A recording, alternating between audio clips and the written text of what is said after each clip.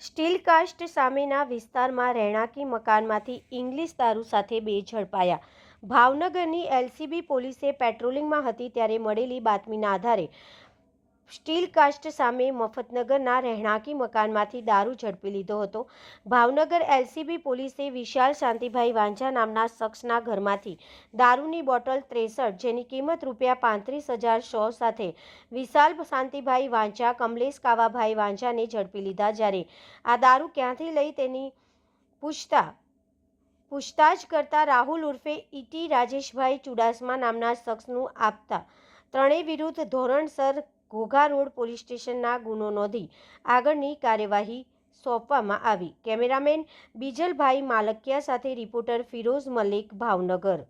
હાય, હું છું ક્રુઝિન સિંઘાનિયા। આપની આસપાસના સત્ય સમાચાર જાણવા માટે જોતા રહો દીવ મિરર ન્યૂઝ અને હા, લાઈક અને સબસ્ક્રાઇબ કરવાનું ભૂલતા નહીં। Thank you.